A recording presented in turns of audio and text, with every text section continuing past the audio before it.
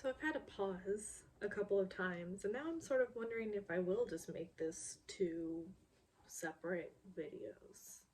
One for episode 9 and one for episode 10, because I still went into more detail than I had expected. Like, I filmed for 37, 38 minutes altogether, I think. Anyway, I'll figure it out as I edit. Basically, this may be a one upload or a two part upload. Anyway, I don't know. Not sure.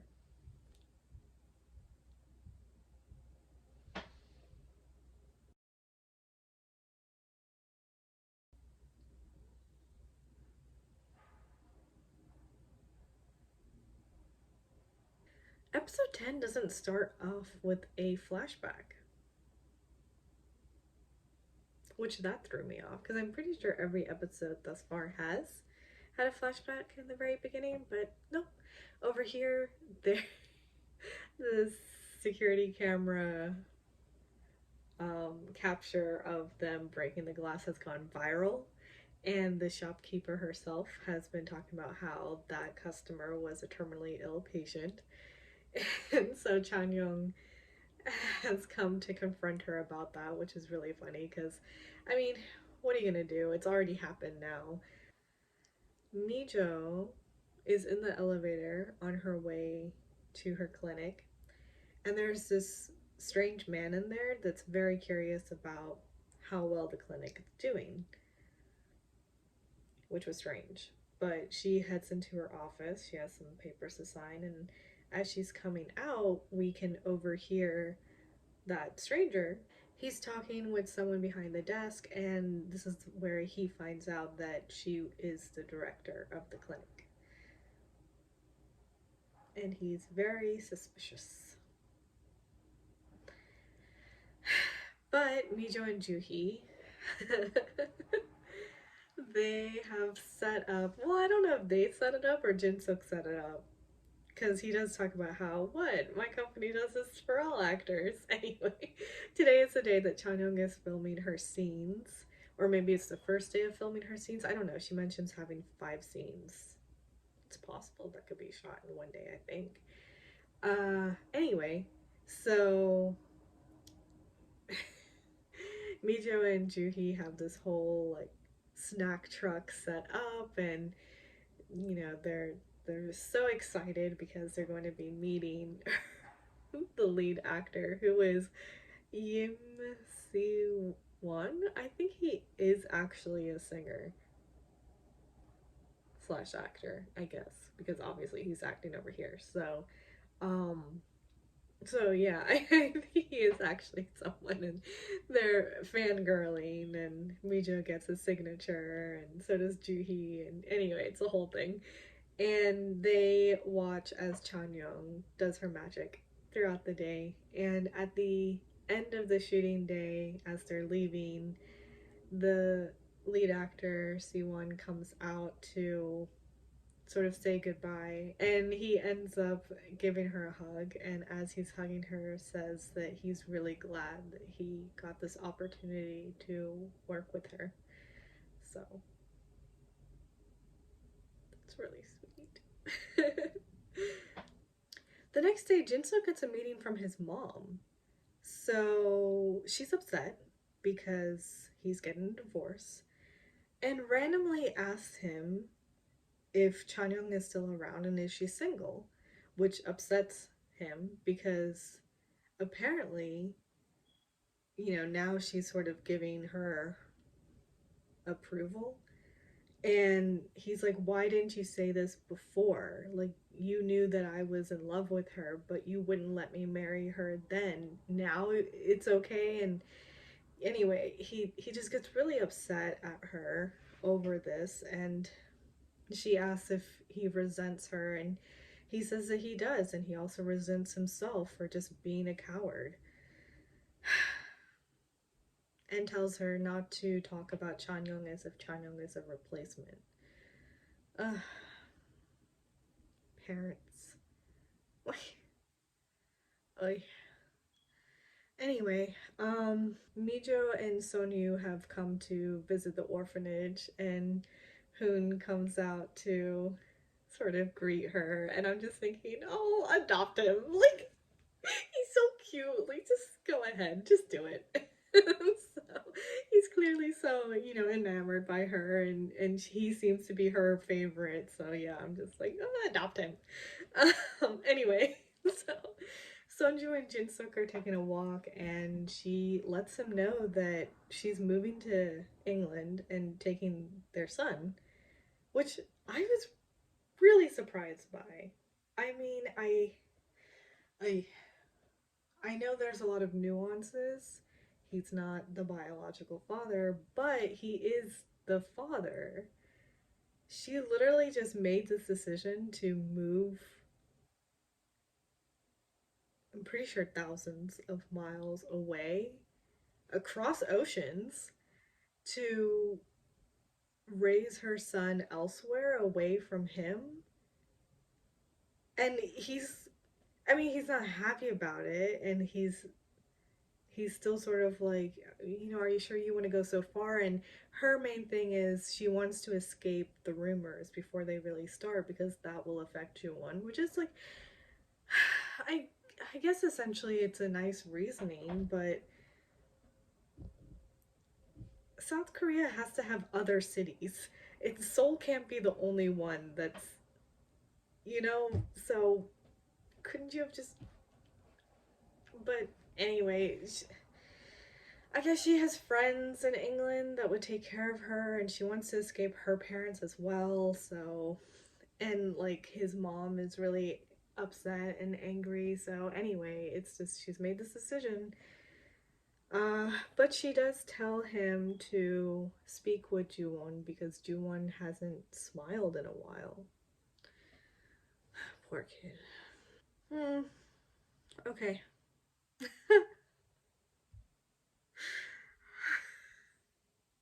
Han is speaking to Sonia.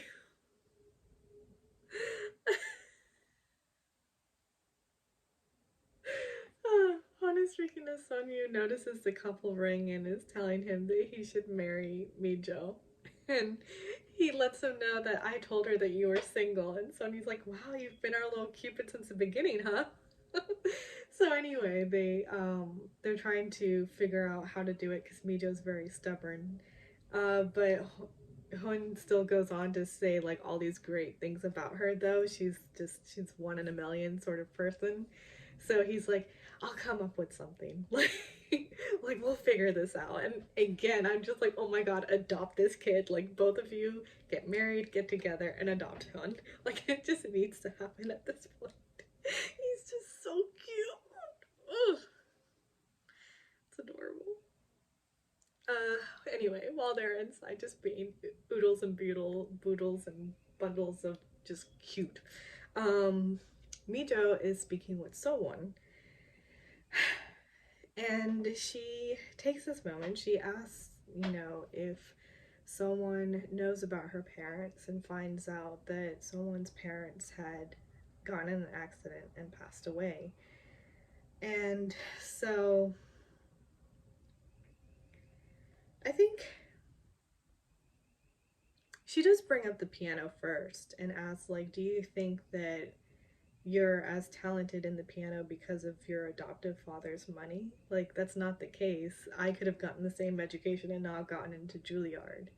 Like, you didn't get your talent from the lessons, it's a born gift. Your parents gave that to you, which is really kind. And also true, I'm sure. Um, I don't know. I'm curious about the whole like, do talents and characteristics really pull down genetically? Maybe something I'll look into. Uh, so Mijo tells her about the meeting that she had with Sonyu's dad and how, yeah, she doesn't really like him.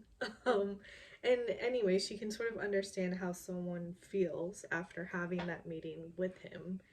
But if she were to break up with Sonyu, that would be a loss to her. Like, she's not going to find someone else who's as amazing as Sonyu is.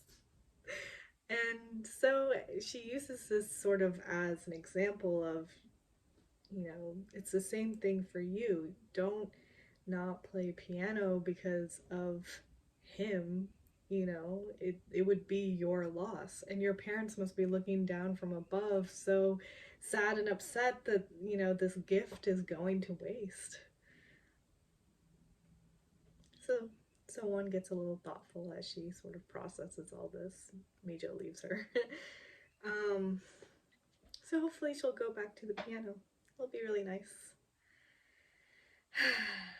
Okay, Jin Suk is telling Chanyeong about Sonju's decision to move to England, taking Juwon, and Chanyeong sort of vocalizes that, you're going to be really worried about him as he's gone.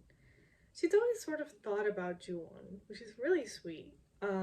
Always sort of looking out for him and considering him in situations. So I think she would have been a really nice stepmom. Anyway, okay, so that strange man who was in the elevator who was really curious about Mijo's clinic, he's set up a meeting or appointment to speak with her. And I mean, she thinks he's there for dermatology help, but instead he brings up her biological mother, and she sort of starts to get scared. And he tells her that she owes me. And anyway, Sonia is walking by and glances into her office and sees, the fear in her eyes. And so he just comes right in and asks her if she's okay. And then turns to the man and is like, can I do something for you? Like, what's going on? And the man's just trying to sort of keep him out of the business. And Sonya's starting to get angry. His voice is raising a little bit, and Mijo tries to sort of calm him down because this is still a professional setting, like it's her clinic. He can't really treat clients in that sort of way. So he does sort of calm down and says, like, come to my office, I'll treat you.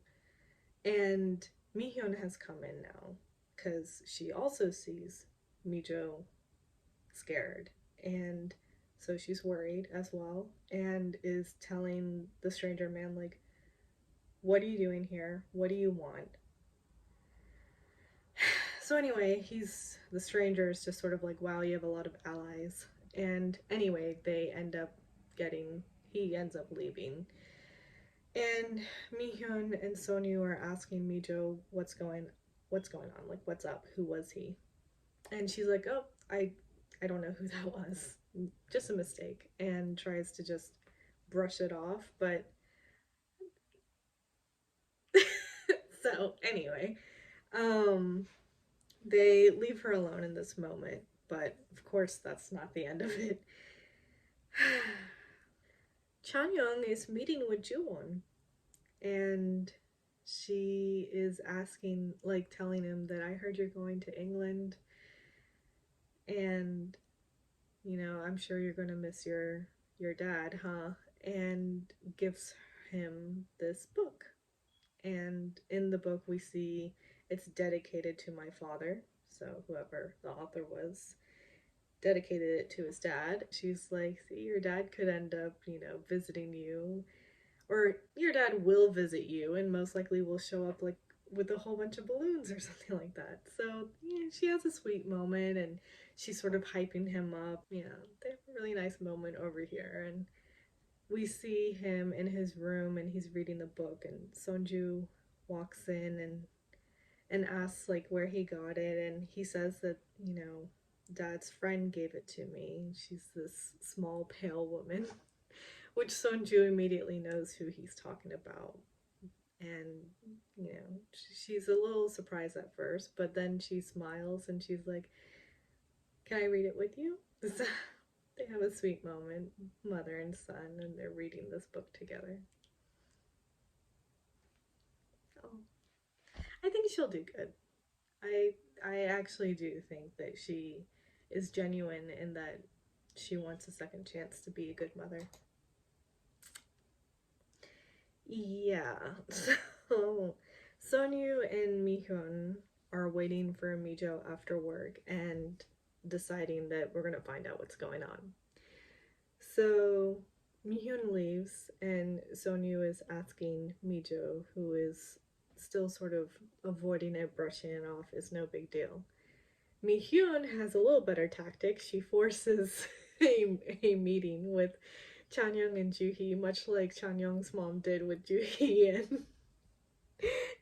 and Mijo, and says that something has happened because some stranger showed up at the clinic today, and Mijo, I've never seen her look as scared as she looked. So something recently happened, and you guys are gonna tell me now.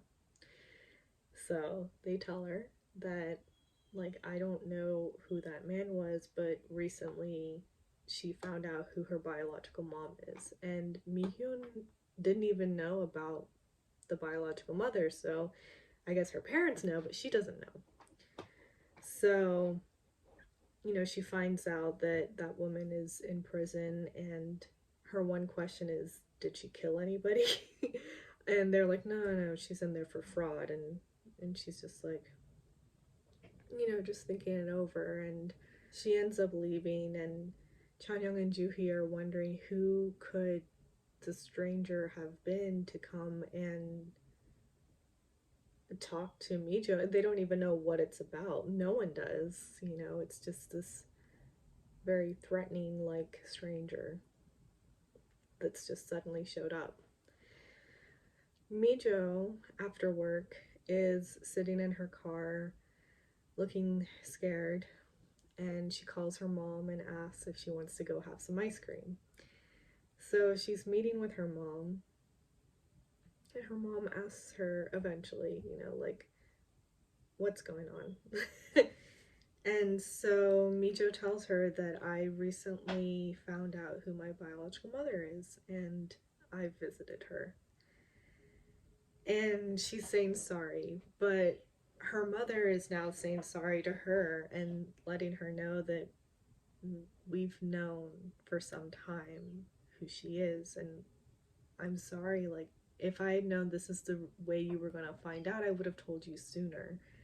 And she explains that when they found out, Mijo didn't seem so interested anymore in figuring out who her biological mother was, so they figured, okay, like, we'll just wait, and if Mijo ever expressed interest in wanting to find her again, then they would tell her. And she's like, well, I guess after meeting her now I know why you did that, because of her situation. And her mom tells her it's not only that, it's also because,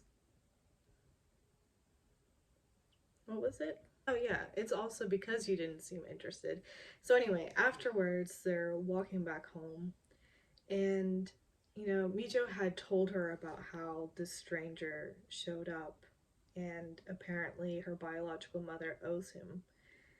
So as they're walking home, her mom is telling her that, don't give money. You may think it's just once, but it's not. Which indicates to Mijo that she's asked you guys for money. How much have you given? So she's really upset in finding out that since apparently she was 30 years old, her biological mother would randomly call them for money. And she tells her mom that she's so embarrassed and she's so sorry, and, doesn't don't they hate her? Like, with every phone call that ended up happening, wouldn't you resent me and hate me? And her mom is just like, no, like, you have nothing to do with her decisions and what she wants to do. And then tells her, I'm actually so relieved, because if you had been, if you had grown up with her, your life would have been hard and full of trouble. And so I'm so relieved that, like, we got to bring you up, basically. Oh, it's just so. So anyway, a sweet mother-daughter moment. Mijo thanks her and also says sorry, and they just hug each other crying. Okay. Mijo comes home and Sonyu is waiting over there with flowers and a smile. So anyway, she fills him in and he's shocked and she's like speechless, right? I mean, there's nothing to say because you can't badmouth her because she's my biological mother, but you also can't defend her because then you would offend my adoptive parents. Yeah. Like, it's just a tough situation to be in. So, since there is nothing to say, he's like, "You want some ramen?" So, anyway, she's out of ramen. They end up going to a convenience store, and she tells him that she's so grateful that she has him, and he's like, "Oh, you know, the only thing I can do for you is eat ramen with you," and she lets him know that she does so much more than that because he is the only one she could think to talk about this with. She can't talk about it with Chanyoung, who's sick, or Juhee, who will end up crying and feel guilty. I guess because of her mother knowing this whole time. And so it's just, he was the only one. And it was comforting to come and see him there just with a smile. So that's so cute. Uh, so Juhee overhears her mom on the phone and she guesses that it's with Mijo's biological mother, and her mom is so angry because she's found out about the strange man, I guess, that has come to Mijo, and she's like, "That's why you were asking for her contact information?" Like, she's just so furious and is talking about how you should really like repent for being who you are and just not to contact her anymore and stay out of her life. And she's just so heated. I didn't expect that of her, but anyway, just don't mess with Mama Bear. um but anyway, she gets off the phone and she's coming out of her room, and Juhee's like, "What was that about? Like, what happened?" And her mom doesn't tell her.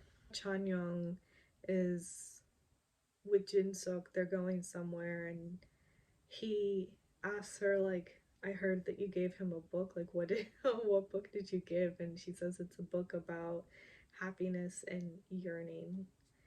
And anyway, they end up getting to the place because she didn't tell them where they were going, and it turns out it's like a, I would assume that it's a joint crematorium, and I don't know what those spaces are called, actually. I noticed that in the South Korean dramas, they keep the ashes in urns, but there is a sort of a place, like there's a building that you can put the ashes on a shelf with a few, pictures, and you can come by and place flowers. So yeah, I don't know what those places are called. Anyway, so she's come to reserve her spot, which Jinsuk is really upset by. Like, why would you do that? But she's thinking about how her parents are not going to be in any situation, and she can't ask anyone else to be there with her. And like, she didn't want to come by herself, but she talks about how Mijo and Juhee and I, like, we can't even make eye contact, otherwise, we just all start bawling. So yeah, she's having a moment similar to Mijo telling Sonyu that he's the only one that she can openly speak her sort of feelings with. Chanyoung is saying that Jinsuk is the only one that she could come and do this with, which is reserving her spot. So she calls Mijo and asks to meet with her to ask her. She's like, "I know you're going through a lot, but I've never heard her talk like that." like, what's going on?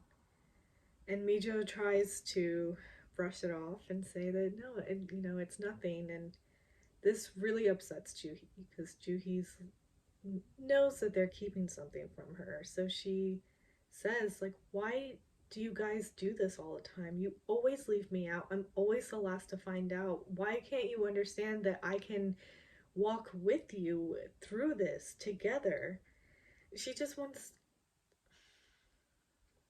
she just wants to be there. And she asks her, like, my mom didn't do anything wrong, right? Which Mijo, of course, is like, no, nothing, there's nothing going on. So anyway, Juhi's just really upset, but then also understands that Mijo is going through a lot, but it just hurts her that she's not included in this to be of some support. So anyway, she ends up leaving, is saying sorry as she goes. Everyone in this drama, I just. Oh, I forgot to mention when Juhi and Mijo were having coffee together, and Juhi's talking about how, like, I can take it, like, we can go through things together. She's also talking about how she's worried or she's scared of how things will be once Chanyoung is gone. Like, what is their relationship going to be like? So she actually voices out this concern to Mijo.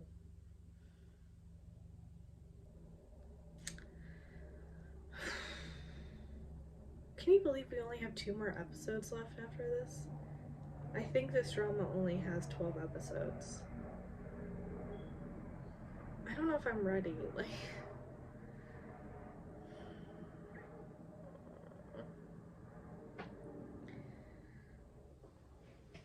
okay, so Mijo has called Chanyoung to meet at Juhi's place and hasn't told Juhi that they're coming. So they go in and Juhi makes some tea and they're all sitting around the table silent.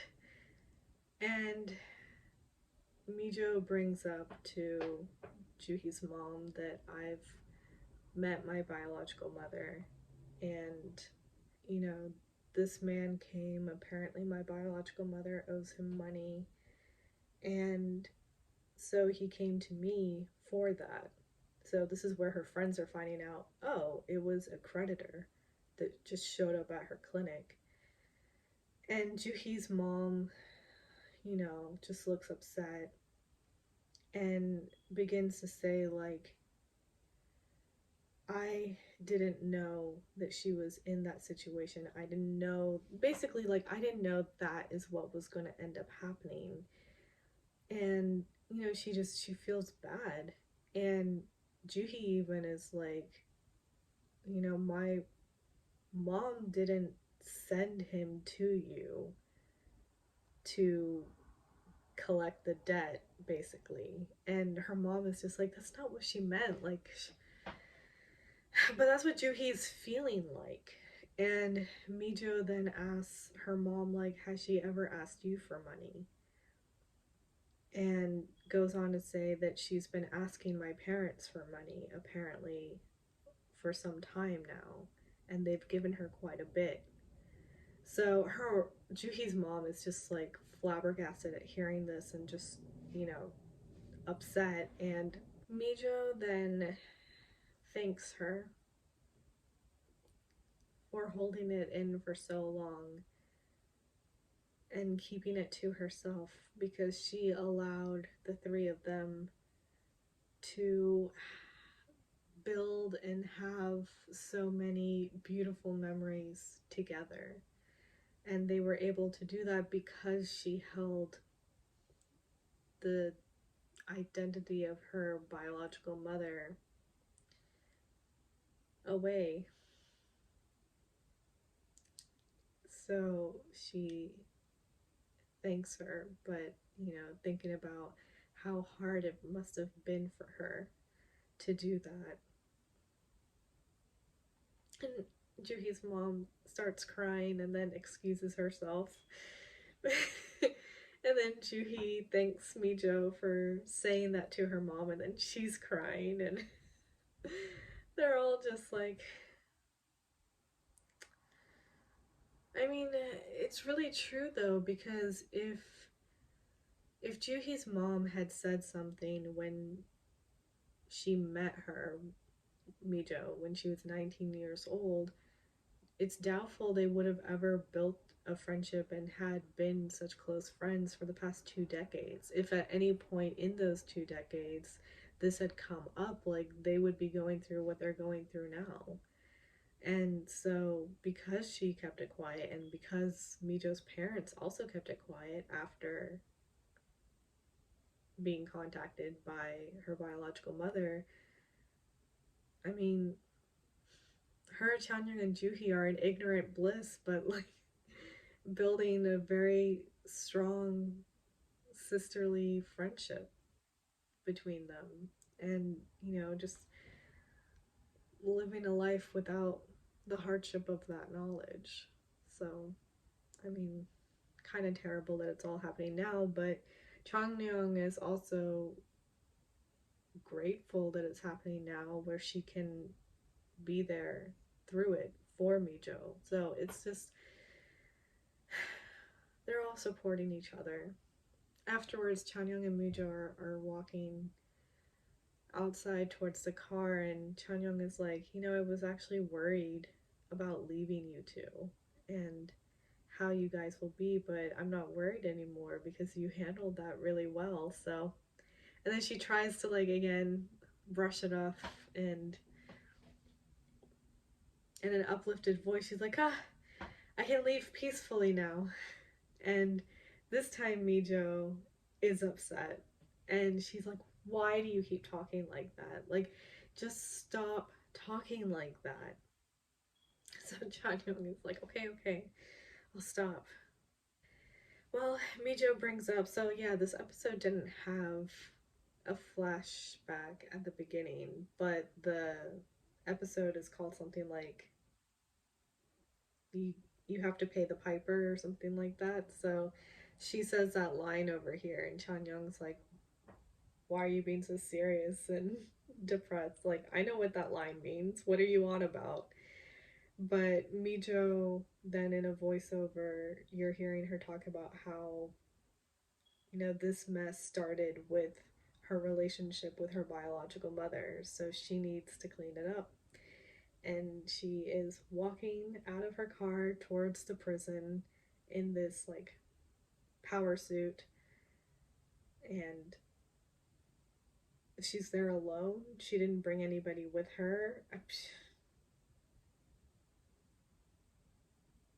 I'm really, really curious to see what's going on. And actually, today's Wednesday, right? The episode's up. So, yeah, that was episode 9 and 10. I'm going to go watch episode 11 now. And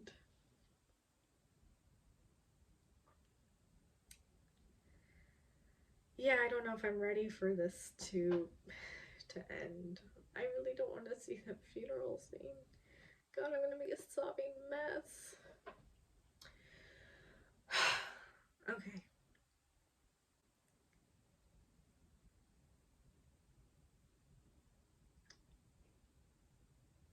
Hmm. Yeah, that's about it. Toodles.